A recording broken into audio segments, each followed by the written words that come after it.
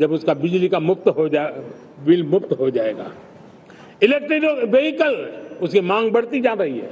जब पीएम सूर्यघर योजना से वो बिजली उत्पादन करता है सूर्य से, तो उसका व्हीकल का प्रवास का खर्चा भी वो कम कर सकता है। साथियों, हम ग्रीन हाइड्रोजन मिशन लेकर के एक ग्लोबल हब बनना चाहते हैं। बहुत तेजी से नीतियां बनाई गई हैं, बहुत तेजी से उसका इम्प्लीमेंटेशन का काम हो रहा है और भारत ग्रीन हाइड्रोजन एक न्यू एनर्जी की दिशा में हम जाना चाहते हैं। और ये सारे जो प्रयास चल रहे हैं, क्लाइमेट की चिंता तो है ही है, ग्लोबल वार्मिंग की चिंता है, लेकिन इसके अंदर ग्रीन जॉब्स की बहुत बड़ी संभावना है।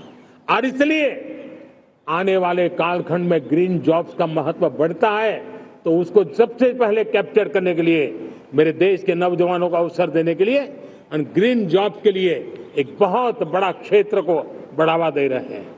मेरे प्यारे देशवासियों, आज हमारे साथ इस तिरंगे झंडे के नीचे वो नौजवान बैठे हैं जिन्होंने ओलंपिक की दुनिया में भारत का परचम लहराया है। मैं मेरे देश के सभी एथलीट्स को, मेरे देश के सभी खिलाड़ियों को 140 करोड़ देशवासियों की तरफ से बधाई देता हूं और हम नए सपने, नए संकल्प, अत्यंतिक पुरुषार्थ के साथ नए लक्ष्यों को हासिल करने के लिए आगे बढ़ेंगे, ऐसा मैं विश्वास के साथ उनको शुभकामनाएं भी देता हूं। आने वाले कुछ दिनों में भारत के एक बहुत बड़ा दस्ता पैरालंपिक के लिए पेरिस जाने के लिए रवाना होगा। मैं मेरे सभी पैरालंपिक खिलाड़ियों को भी हृदय से बहुत बहुत शुभकामनाएं देता हूं। साथियों, भारत ने G20 को ऑर्गेनाइज किया, हिंदुस्तान के अनेक शहरों में ऑर्गेनाइज किया, 200 से ज्यादा इवेंट किए। पूरे विश्व में G20 का इतना बड़ा व्याप, इतना बड़ा कार्यक्रम कभी नहीं हुआ, इस बार हुआ। इसने एक बात सिद्ध कर दी है कि भारत में बड़े से बड़े कार्यक्रम ऑर्गेनाइज करने की ताकत है। भारत को किसी कोई भी हॉस्पिटैलिटी का सामर्थ्य भारत में सबसे ज्यादा है। अगर ये सिद्ध हो चुका है तो साथियों, हिंदुस्तान का सपना है कि 2036 में जो ओलंपिक होगा वो मेरे हिंदुस्तान की धरती पर हो। इसके लिए हम तैयारी कर रहे हैं, उसके लिए हम आगे बढ़ेंगे।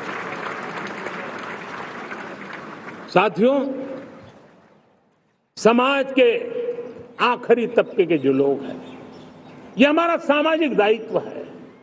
अगर कोई पीछे रह जाते हैं तो हमारी आगे बढ़ने की गति कम कर देता है और इसलिए हम आगे बढ़ना चाहते हैं तो भी सफलता तब मिलती है पीछे वाले को भी साथ साथ आगे ले आए।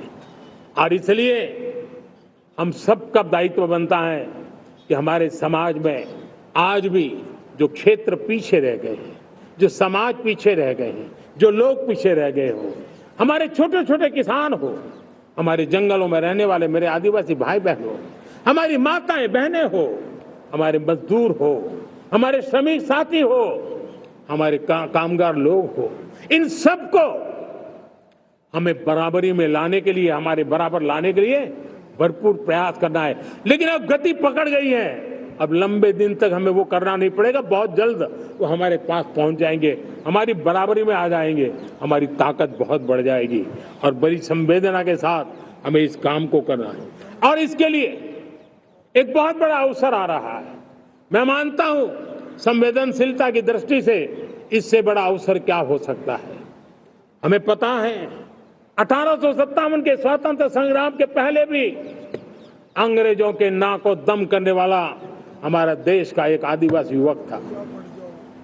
20-22 साल की उम्र में उसने अंग्रेजों के नाक को दम ला दिया था, जिसको आज भगवान बिरसा मुंडा के रूप में लोग पूजा करते हैं। भगवान बिरसा मुंडा की 150वीं जयंती आ रही है। ये हम सबके लिए प्रेरणा का कारण बने। समाज के प्रति छोटा सा छोटा व्यक्ति भी देश के लिए कैसी जज्बात रखता है, उससे बड़ी प्रेरणा भगवान बिरसा मुंडा से अधिक कौन हो सकता है। आइए हम भगवान बिरसा मुंडा की 150वीं जयंती जब मनाएं, संवेदनशीलता का हमारा व्याप बढ़े, समाज के प्रति हमारा ममभाव बने।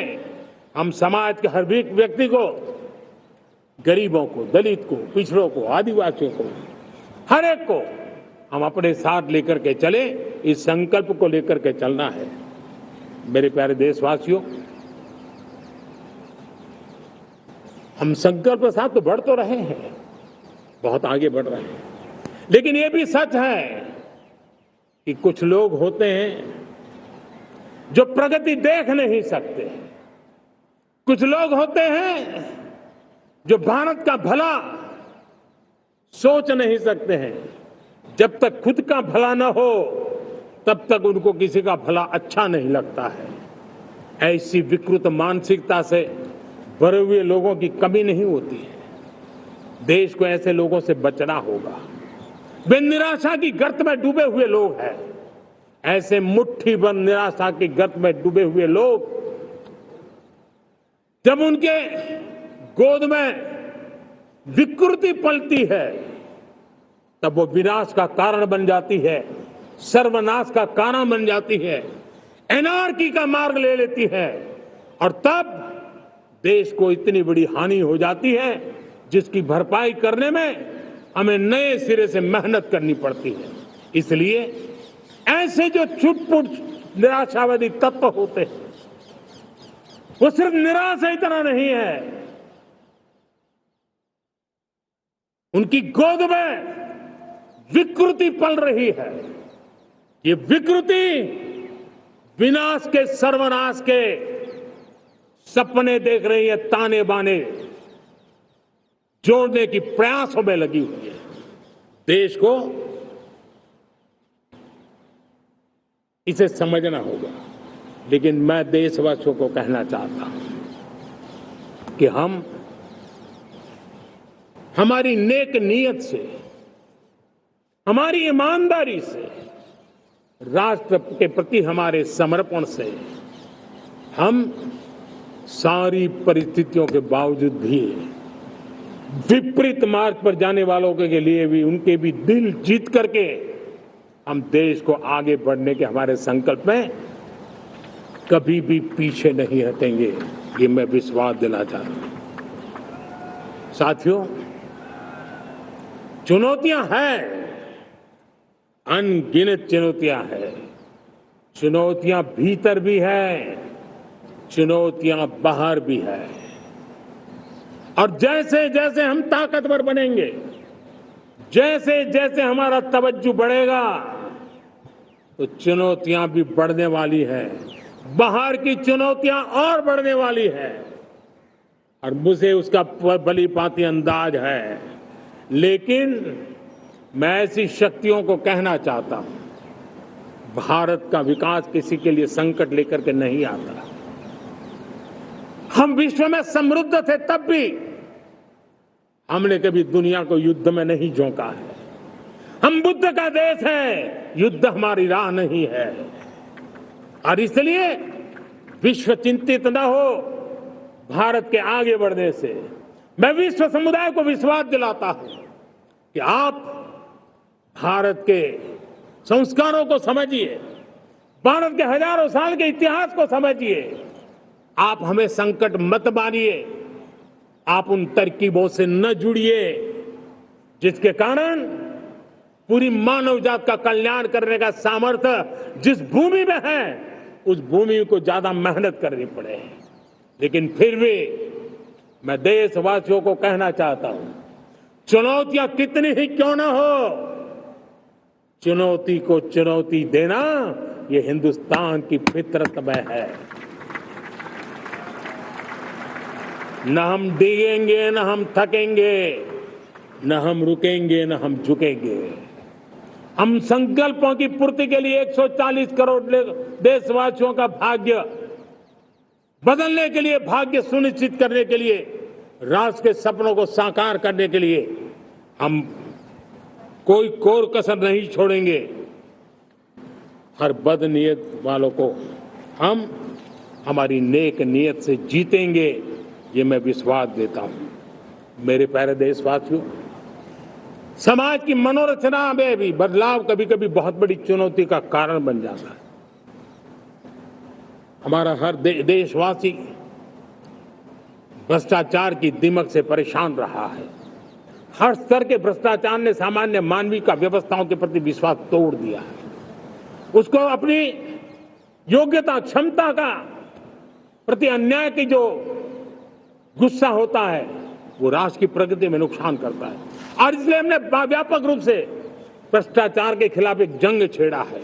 मैं जानता हूं इसकी कीमत मुझे चुकानी पड़ती है, मेरी प्रतिष्ठा को चुकानी पड़ती है, लेकिन राष्ट्र से बड़ी मेरी प्रतिष्ठा नहीं हो सकती है, राष्ट्र के सपनों से बड़ा मेरा सपना नहीं हो सकता। और इसलिए ईमानदारी के साथ भ्रष्टाचार के खिलाफ मेरी लड़ाई जारी रहेगी, तीव्र गति से जारी रहेगी और भ्रष्टाचारियों पर कार्रवाई जरूर होगी।